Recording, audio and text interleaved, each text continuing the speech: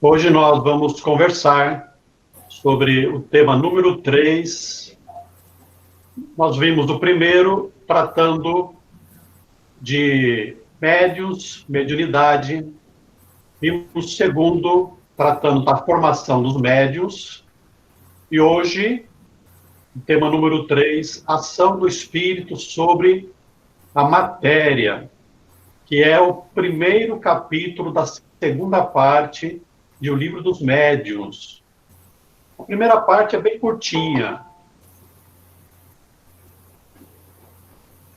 A maior parte do livro está na segunda parte.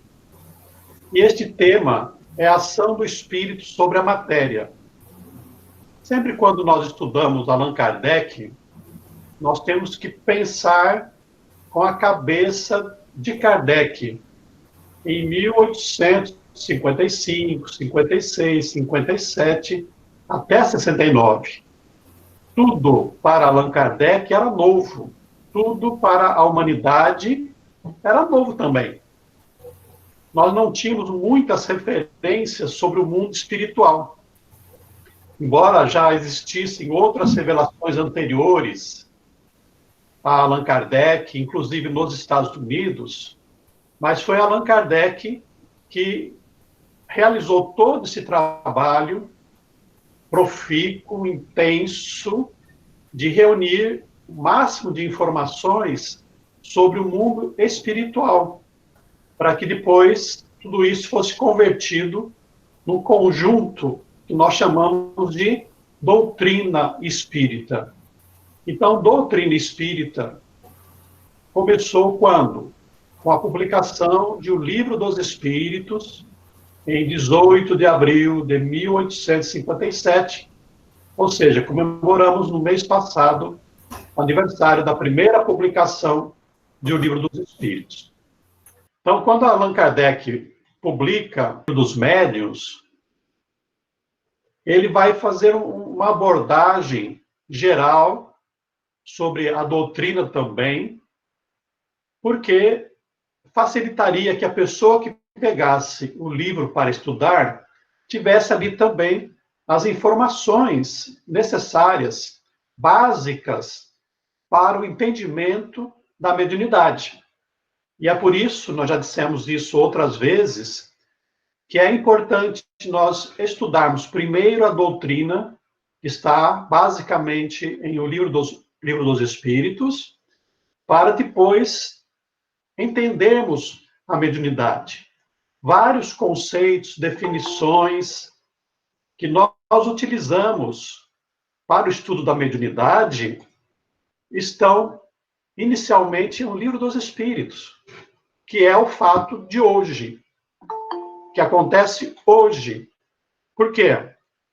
Porque nós vamos estudar espírito, corpo físico, perispírito, que são elementos, são aparelhos, são instrumentos que participam do fenômeno mediúnico, especialmente o perispírito. Então, neste capítulo, Allan Kardec vai tratar diretamente, ou mais precisamente, sobre o perispírito, porque sem o perispírito não há o fenômeno mediúnico explícito. Sem ele não há a comunicação dos espíritos conosco. Então, Allan Kardec, ele começa o capítulo fazendo uma afirmação, que é para justificar exatamente a existência e a manifestação dos espíritos. Ou seja, se nós admitimos que os espíritos sobrevivem além da matéria, além da morte do corpo físico, por que é que eles não poderiam se manifestar? Qual seria o impedimento? Além disso, ele mesmo fala isso, e é um fato comprovado que os espíritos se manifestam desde sempre.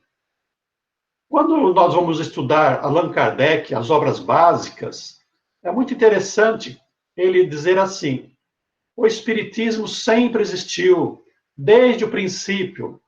Ora, mas o Espiritismo não começou em 1857? Então, Allan Kardec, quando fala de Espiritismo nas suas obras, ele está se referindo ao conjunto de informações, de conhecimentos, de práticas que os espíritos participam. Então, os espíritos existem desde sempre e desde sempre se comunicam conosco. A Bíblia mesmo tem vários relatos de manifestações espirituais. No Novo Testamento, o próprio Cristo ressurgiu em espírito após a sua crucificação. Então, esse é um fato que está devidamente comprovado. Não é necessário nós ficarmos hoje questionando muito sobre isso. Então, nós vamos continuar aqui. Kardec vai perguntar assim, mas o que é o espírito? Como é que ele, não sendo matéria, como é que ele pode se manifestar na matéria? E é isso que nós vamos ver hoje. Né? Quais são os mecanismos, quais são os instrumentos de que dispõe o espírito para poder se manifestar na matéria. Então, qual é o capítulo? Ação do espírito sobre a matéria. O Kardec vai falar que o ser humano, ele é composto, vamos dizer assim, de 3 corpos, de 3 seres, não seres, mas de 3 sistemas, vamos, numa palavra mais ou menos atual aqui. Nós encarnados, possuímos um corpo físico. Então, o ser humano encarnado, ele é corpo físico, ele é perispírito e ele é o espírito. Então, eu sou um espírito. A gente costuma dizer assim no dia a dia, ao meu espírito. É apenas uma forma de expressar o meu lado espiritual. Mas a consciência, a mente, a individualidade é o espírito. Então, o Donizete, o Sérgio, o Alexandre, a Guiomar, o Beto, todos nós aqui somos espíritos. Somos espíritos tendo uma experiência corporal, uma reencarnação aqui na Terra. Então, Allan Kardec vai falar sobre o corpo físico. Todos nós conhecemos. Será que conhecemos de fato o nosso corpo físico? O Alexandre aqui é o médico, a Maria Isabel também é médica, mas eles devem conhecer muito mais o corpo do que nós. Mas nós temos um corpo físico, nós usamos um corpo físico. É importantíssimo que nós conheçamos o nosso corpo físico. Não só para o dia a dia, para entender quais são as minhas sensações, quais são as minhas reações, as minhas dores, as minhas necessidades, aquilo que eu posso ou não posso comer. Tudo isso é importante para a minha felicidade aqui na Terra. Então, nós espíritas somos convidados a entender o nosso corpo físico, também para o exercício da doutrina, para o exercício da mediunidade. Às vezes, na aplicação do passe, nós podemos ser intuídos em alguns passes específicos, de algum passe de cura, nós precisamos ser intuídos, ou podemos ser intuídos para direcionar os nossos fluidos para um órgão específico. Por exemplo, o problema do baço, o problema do fígado, problema no pulmão, no intestino. Eu preciso saber quem sou eu, né? Quem eu sou como físico, como orgânico, como é que funciona o meu organismo. Também vai ser importante esse conhecimento para o exercício da mediunidade, porque eu preciso separar o que é meu, físico, e o que é de um espírito que está querendo se manifestar, ou que precisa se manifestar, ou que tem alguma necessidade da minha ajuda mediúnica. Então, essa percepção, esse autoconhecimento da minha biologia, do meu corpo, é importante para que eu possa fazer uma distinção entre como eu sou costumeiramente, quais são as minhas dificuldades como corpo, as doenças, as fragilidades, para eu distinguir isso das necessidades espirituais. Então, fica aí o convite para, na medida do possível, nós nos conhecermos, ou melhor, nós conhecermos o nosso corpo físico. O nosso corpo físico é comandado por nós, alma, por nós, espírito. Quem leu o Livro dos Espíritos vai lembrar que Allan Kardec faz uma separação meramente didática, uma definição, que é alma, o que é espírito. Espírito é o desencarnado e a alma é o encarnado. Mesma coisa, tá? Tanto que hoje nós costumamos usar os desencarnados e os encarnados. Mas quando Allan Kardec fala sobre alma, ele está se referindo ao encarnado. É para poder facilitar, né? Quando eu falo alma, eu já sei que é alguém que está encarnado. E quando eu falo espírito, é alguém desencarnado.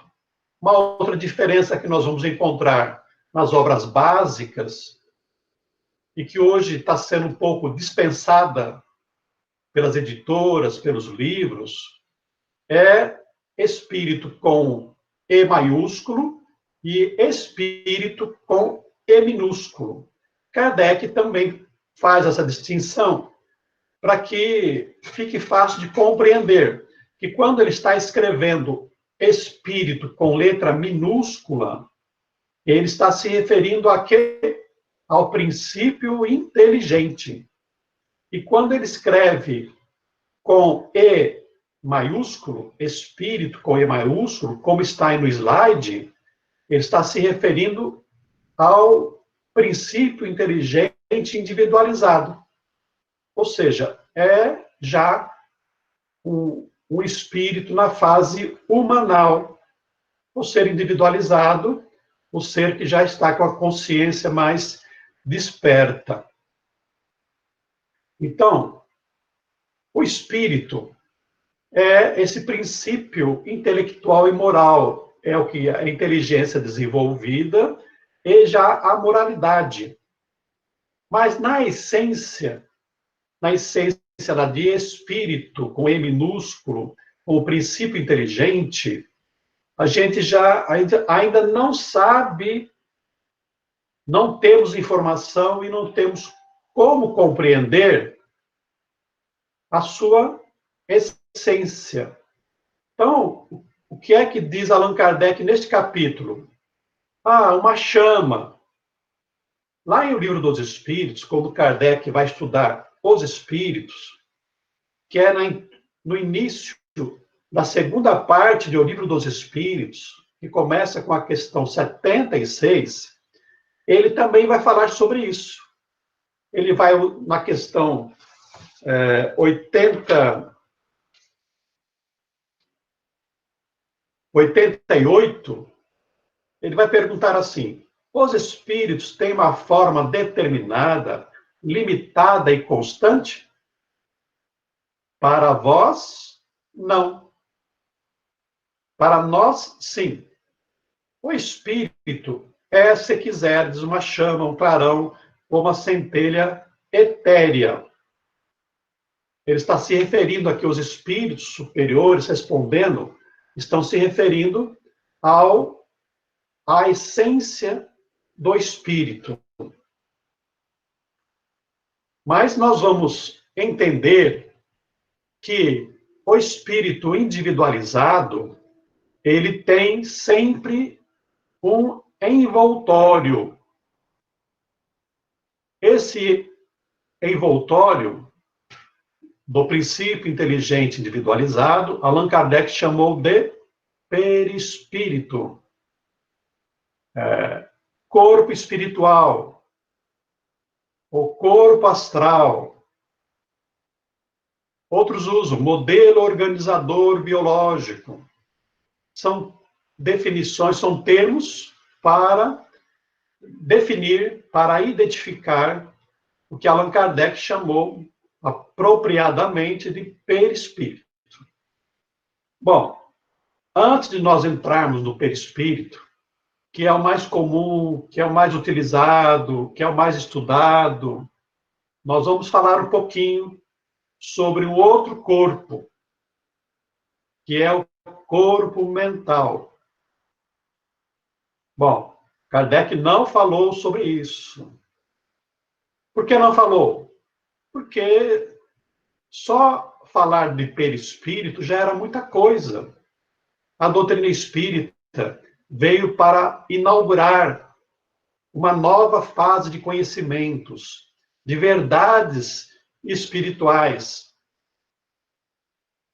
De tal maneira que o que é apresentado a Allan Kardec, nas suas 5 obras, são informações básicas, elementares, que deveriam ser desenvolvidas ao longo do tempo. Por isso, Kardec, que deu à doutrina espírita o caráter científico, ou seja, a ciência também baseada em fatos, na observação, o caráter progressista. O que significa isso? Significa que, depois de Kardec, depois de tudo aquilo que os espíritos superiores da codificação informaram para nós, outras informações seriam oferecidas, iriam surgir para nós.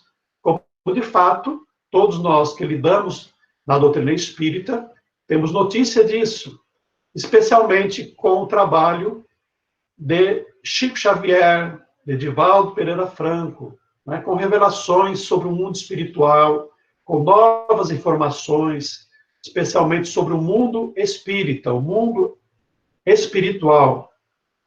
E aí é bom a gente fazer uma explicação que quando Allan Kardec fala sobre mundo espírita, não está dizendo que nós espíritas temos um mundo, que é só nosso, absolutamente. O que ele quer dizer é mundo espiritual, espírita no sentido de espiritualidade, que é a nossa morada definitiva, de onde nós viemos, para onde nós vamos retornar. Então, Kardec, na sua sabedoria, no seu bom senso, ele sabia que não tinha todas as informações e que outras informações chegariam pelos próprios espíritos, porque a doutrina espírita é a doutrina dos espíritos, como está em O Livro dos Espíritos. A doutrina espírita não é nossa, não é dos seres humanos, é revelação divina, revelação dos espíritos. E então, nesse progresso de informações, nós temos conhecimento da existência de um corpo que foi chamado de corpo mental. Está na obra de André Luiz, no livro Do Mundo Maior, nós podemos ler sobre isso. O corpo mental é também o envoltório, mas é o envoltório da mente, como está aí no texto. É o envoltório sutil da mente, que projeta o pensamento e guarda em profundidade os registros de todas as experiências e aquisições do espírito, incluindo-se aí as propriedades dos demais corpos, por este utilizados em toda a sua trajetória evolutiva. Então, os espíritos, nós possuímos um sistema de manifestação do espírito, da consciência, da mente. Esse sistema é o que nós chamamos de corpo mental. É como se fosse um hardware, né? É um sistema de computação que vai permitir que o espírito exteriorize os seus pensamentos e também receba todas as informações do exterior, sejam materiais ou sejam de outros espíritos. Então, a mente, né, ela faz esse processo de exteriorização e de recepção de informações. Ela elabora todas essas informações para determinar a conduta do espírito. Quer dizer, o espírito se utiliza disso para existir, para viver, para buscar a sua evolução, para buscar a sua felicidade. É na mente, no corpo mental, que estão registradas todas as informações do espírito, desde o princípio. Imaginemos aí um grande computador com milhões de terabytes, de milhares de anos, tudo ali registrado em ordem cronológica, que podem ser acessadas, essas informações, pelo espírito, na medida que ele vai evoluindo e adquirindo consciência. De tal maneira que tudo aquilo que nós realizamos, as nossas ações, pensamentos, palavras, atitudes, provém lá da consciência, lá da mente. E então a mente se utiliza do corpo mental, que transfere essas informações para o perispírito, que vai ser o veículo de exteriorização, de manifestação, de convivência nos meios mais grosseiros que nós vivemos, e, de certa maneira, até em fases mais evoluídas, mas nós não sabemos até que ponto isso alcança. Aqui nós temos uma imagem que é só para a gente imaginar, né? A alma se exteriorizando, se emancipando do corpo físico que está em repouso. Então, a alma se exterioriza por esse envoltório que nós chamamos de perispírito. E é nele que nós vamos parar um pouquinho para conversar. Tá? Então, é pelo perispírito que o espírito tem condições de se manifestar na matéria. Mas como que é isso aí, ó? Quando nós estudamos o início de O Livro dos Espíritos, Kardec vai falar, com a informação dos espíritos, que existem dois elementos gerais do universo. Todos nós devemos entender: o espírito e a matéria. A matéria como nós conhecemos aqui, que é originária de um outro tipo de matéria, vamos dizer assim, mas que Kardec dá o nome de fluido cósmico universal. Então, na essência, o que é que nós temos no universo, considerando inclusive a espiritualidade? Nós temos o perispírito que é de uma natureza imaterial. Uma chama, uma vibração, uma luz. A gente não sabe direito por enquanto, mas vai saber um dia. E tudo o resto, tudo que não é espírito, é matéria. É fluido cósmico universal. Tudo que existe em todos os lugares do universo, todas as coisas, derivam do fluido cósmico universal, que é o elemento básico das formas que existem na natureza. Então, para que o espírito, que é imaterial, possa se manifestar na matéria, existe no fluido cósmico universal uma propriedade que faz o intermediário, né? É o amálgama, é o ponto de contato, que nós não sabemos direito que faixa de vibração, que molécula fluídica é essa que permite essa conexão entre o perispírito e o espírito e a matéria. O fato é que o espírito, para se manifestar na matéria, para agir na matéria, ele utiliza-se da mente, do corpo mental, para absorver uma parcela desse fluido cósmico universal, modificado, e que vai transformar a consciência, a ideia do espírito, no que nós chamamos de pensamento, que vai ser aí uma onda. André Luiz, no Mecanismo da Mediunidade, no Evolução, ele fala de uma onda mento-eletromagnética. É eletromagnética, mas derivada do pensamento. Então, o pensamento, ele se exterioriza e vai agir sobre a matéria, e vai agir sobre o perispírito. É assim que age o espírito para comandar o perispírito.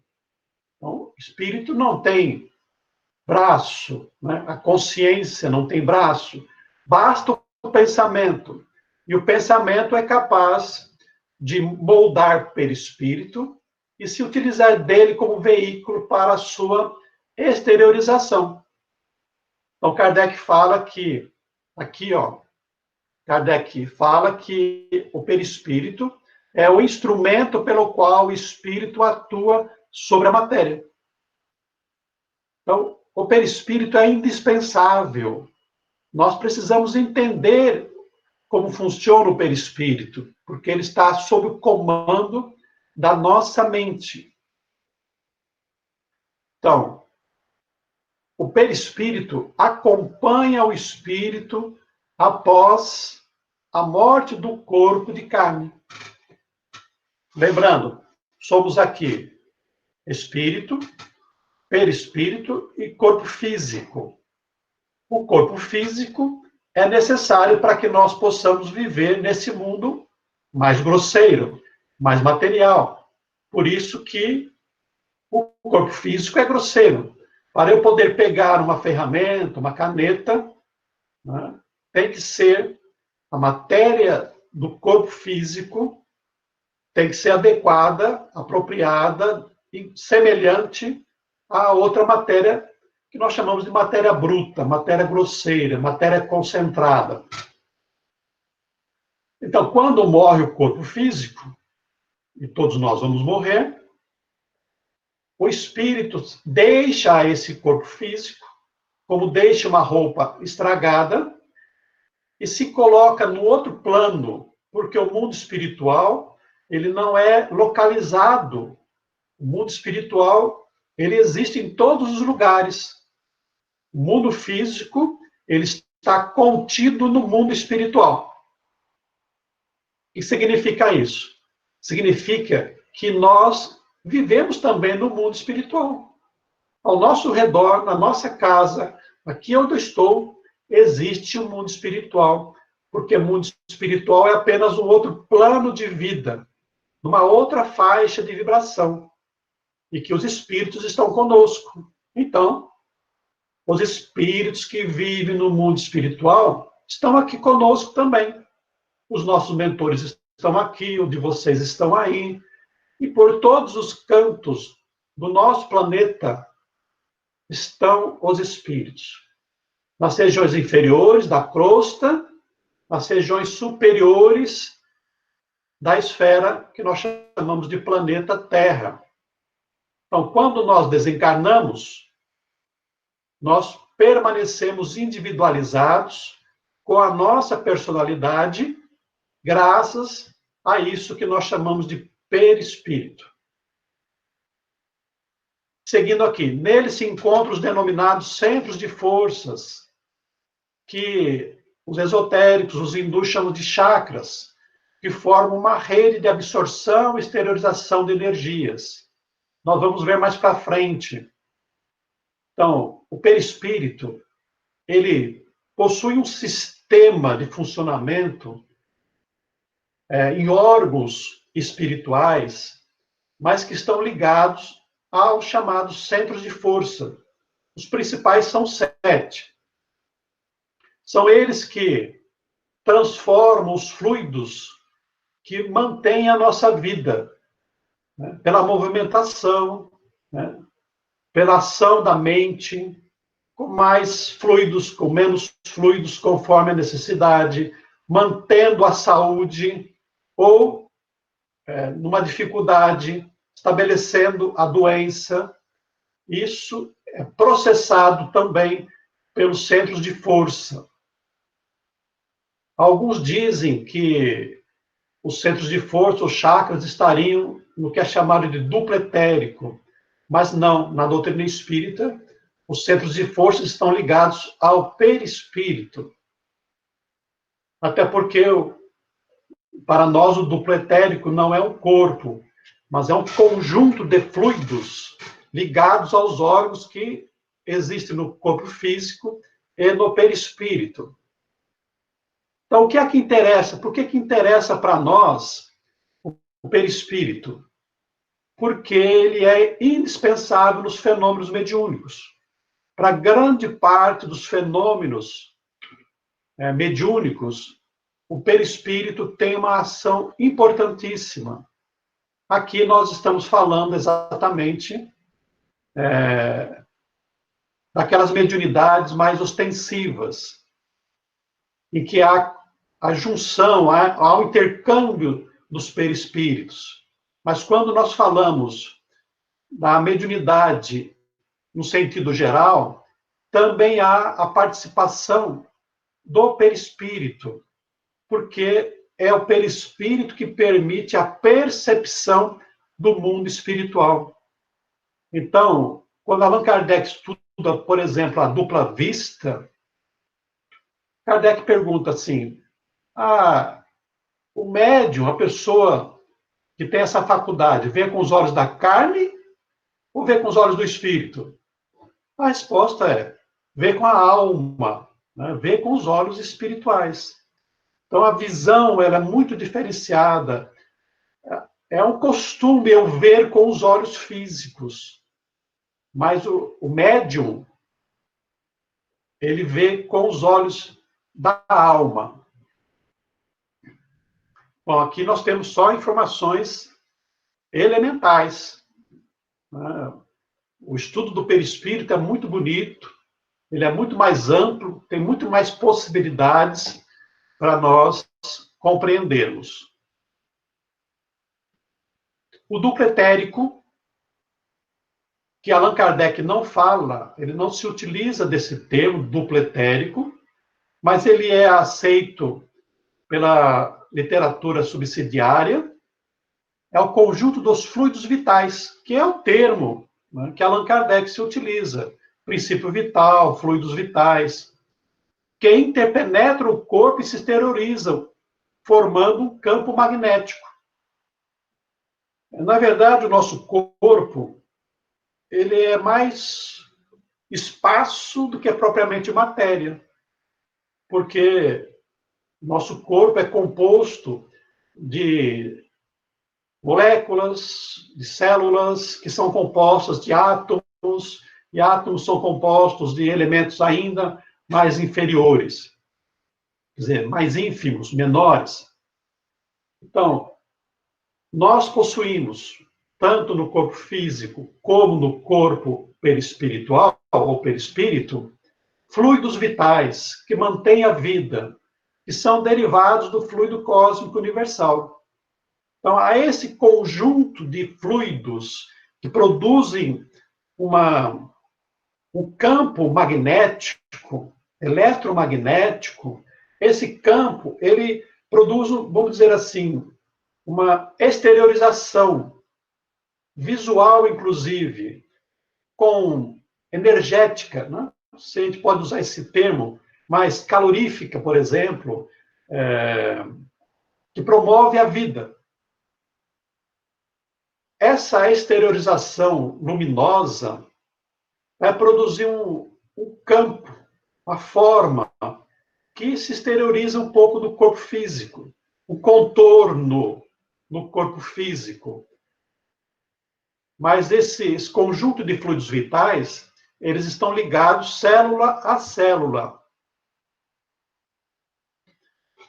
Uma maior exteriorização desse conjunto de fluidos vitais do corpo físico e do perispírito vai constituir um halo luminoso chamado de aura. Essa aura é o campo de manifestação do indivíduo, do ser humano, do espírito. Quanto mais poder espiritual eu tenho, mais capacidade de irradiação dos meus fluidos, da minha aura, eu tenho. Dizem que um pessoal da NASA veio até o Brasil e mediu a aura do Chico Xavier. Não há uma prova efetiva sobre isso. E disseram que a aura dele tinha 30 metros. Também não se sabe exatamente sobre isso. Mas quanto mais o espírito tem espiritualidade, elevação, mais o seu campo de irradiação ele é maior. É como o sol, como a lâmpada. Quanto mais potente for a lâmpada, maior o seu campo de iluminação, seu raio, né, de iluminação. Então, essa aura ela é fundamental, porque ela exterioriza o nosso estado interior, o nosso estado de ânimo, a nossa espiritualidade, o nosso estado físico, o nosso estado emocional. Olha só. Então, nessa aura, nesse halo, passam inicialmente os pensamentos. Por isso que ela guarda a intensidade dos nossos pensamentos, a qualidade, a vibração dos nossos pensamentos. E numa comparação, ela funciona hoje como se fosse uma tela de um televisor. Então, os nossos pensamentos estão passando por ali e uma visão mais apropriada, uma acuidade maior de um espírito é capaz de analisar ali e perceber as nossas vibrações, os nossos pensamentos. E se nós insistentemente pensarmos em alguma coisa num pensamento fixo, o que acontece? Assim como na televisão nós temos a imagem, porque a imagem é decorrente de um pulso rápido das imagens paradas, também vai acontecer a mesma coisa. Se eu penso na mesma ideia, na mesma imagem, essa imagem vai se tornar visível na aura. E é possível, inclusive, a espíritos de uma vibração mais inferior ou semelhante à nossa, a ver aquilo que nós estamos pensando. Por isso que, se estamos pensando de maneira inferior, os espíritos inferiores vão saber também o que é que nós estamos pensando. Portanto, é muito prudente nós tomarmos cuidado com aquilo que nós estamos pensando. E dependendo da intensidade, da emoção dos nossos pensamentos, a ideia mental, ela se exterioriza além da aura e vai constituir o que se chama de formas-pensamento. E essa forma-pensamento, ela está carregada de fluidos vitais nossos. E o nosso corpo, então, o nosso perispírito, passa a alimentar aquela forma-pensamento, implicando uma diminuição do nosso teor físico, da nossa saúde, e nós vamos alimentar aquela forma-pensamento que vai ser uma espécie de holograma. Acho que todo mundo já deve saber o que é um holograma. É uma forma tridimensional, mas ela é mantida pelo nosso pensamento fixo e pelos nossos fluidos. Aqui nós temos uma representação da aura. Quanto mais espiritualizado eu sou, mais sublimes são as cores, mais elevadas, mais claras são as cores, mais luminosidade nós possuímos. Quanto mais inferior forem os nossos pensamentos, mais escuro, né? Escura vai ser a cor, chegando mesmo a um marrom. E é por isso que nós nos referimos aos espíritos superiores como espíritos de luz e nos referimos aos espíritos inferiores como espíritos trevosos. Aqui, nós temos uma representação dos centros de força. Muito comum o termo chakras. Não é chakras, é chakras. Então, o chakra básico, na região genésica, pélvica, o chakra esplênico, que é ligado ao baço, esplênico significa baço já. O plexo solar, que é na boca do estômago, mais ou menos, o chakra cardíaco, ligado ao coração, o chakra laríngeo, na região da garganta, o chakra frontal, que é na testa, mais ou menos, é só uma representação, tá? E o chakra coronário, que é no topo da cabeça, também conhecido como chakra das 1000 pétalas, porque é o chakra mais importante, o centro de força mais importante, e ele possui um sistema parecido com de hélice, mas não são hélices, eles falam de microtúbulos, em que as energias, quer dizer, os fluidos passam e eles giram. Né? O centro de força, ele tem um sistema giratório. E quanto mais ele gira, mais ele trabalha com os fluidos. E o chakra coronário, quando gira com muita intensidade, produz uma luminosidade que os videntes identificaram aqueles que são chamados de santos. Né? Aquela auréola que nós vemos nos santos tem a ver mais ou menos com essa percepção dessa luminosidade. E assim nós encerramos a parte teórica aqui e abrimos para perguntas, para comentários.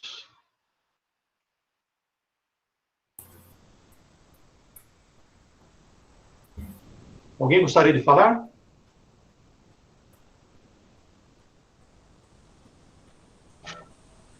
Temos uns 10 minutos.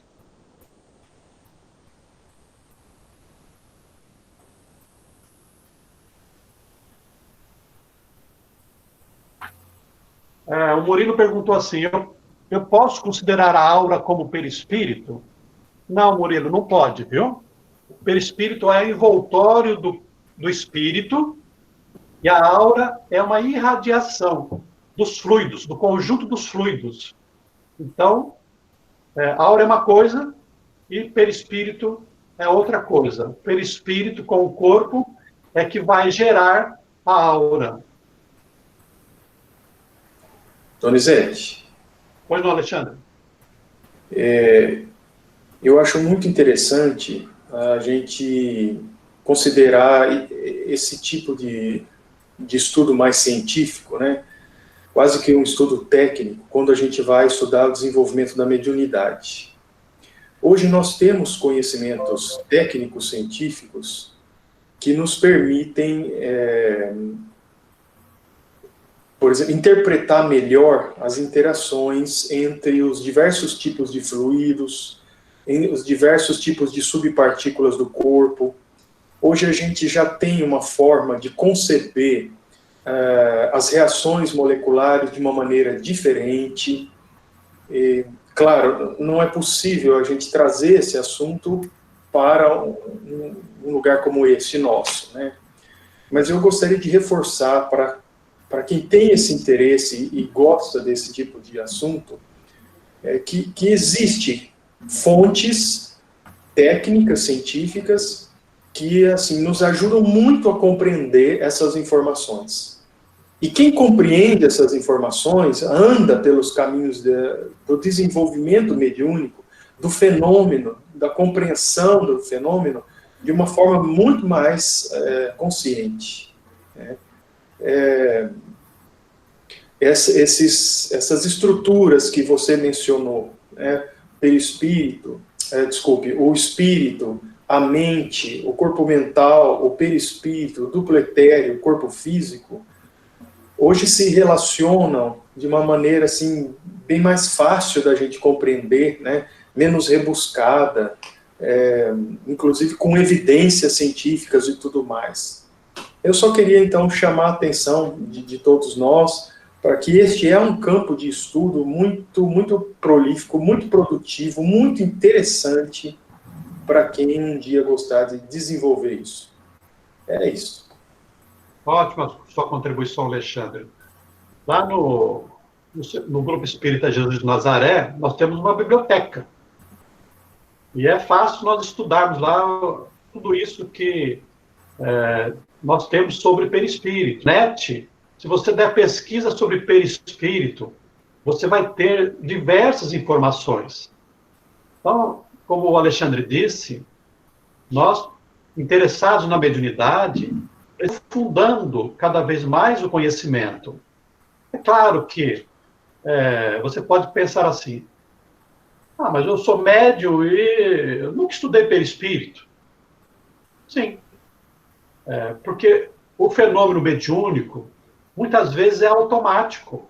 A espiritualidade aproxima o espírito do médium e o fenômeno ele se dá por uma questão de magnetismo, de atração. A boa vontade do médium ajuda bastante. Só que nós estamos evoluindo. Né? O movimento espírita evolui. A doutrina é progressista. Se não fosse importante, os espíritos não iam nos passar essas informações. Então, é importante que nós avancemos o conhecimento científico, não só com as informações espirituais que nós temos, mas também com relação às questões da ciência. A doutrina espírita, ela vai encontrando respaldo na ciência. Quando nós falamos das partículas mínimas, né, o fluido cósmico universal, a ciência está se aproximando disso, cada vez mais encontrando mínimas partículas. Recentemente, se confirmou a partícula o bóson, né, bóson de Higgs. É uma partícula infinitamente pequena. Cada vez mais que a ciência vai avançando, vai chegando no fluido cósmico universal. Então, para nós sermos médiuns melhores, nós também precisamos ser, né, intelectual e moralmente melhores. o espírito, ele avança, deve avançar em todos os campos, né? Todos os campos de vida, intelectualidade e moralidade, especialmente, né? Sentimentos, emoções, sensações, tudo isso precisa ser aprimorado pelo médium, para nós sermos bons companheiros de trabalho. Não vou usar nem o termo instrumento. O movimento espírita, aparelho, instrumento, em outras seitas, cavalo. Né? Médio, hoje, tem o conceito de companheiro de trabalho. Nós temos que dar a nossa contribuição. Eu não vou lá, sento na reunião mediúnica e pronto. Não, eu sou participante. Eu sou o primeiro enfermeiro do espírito comunicante. Preciso entender esse mecanismo, porque quanto mais entender, mais fácil eu vou trabalhar. E nós temos que lembrar que nós somos espíritos imortais. Nós vamos desencarnar. Tudo aquilo que o André Luiz aprendeu, tudo aquilo que os instrutores sabem e ensinam, se utilizam, como trabalhar com o perispírito. Os médicos sabem mexer nos órgãos, sabem doença, sabem remédio. Mas como o instrutor disse para o André Luiz, meu filho, aqui isso não serve muito não, que é tudo diferente. Então nós vamos chegar na espiritualidade com esse conhecimento e eles não vão perder tempo dizendo, olha, o perispírito é isso. Peraí, essa parte eu já sei, vamos pular para outra, eu quero aprender mais. Né?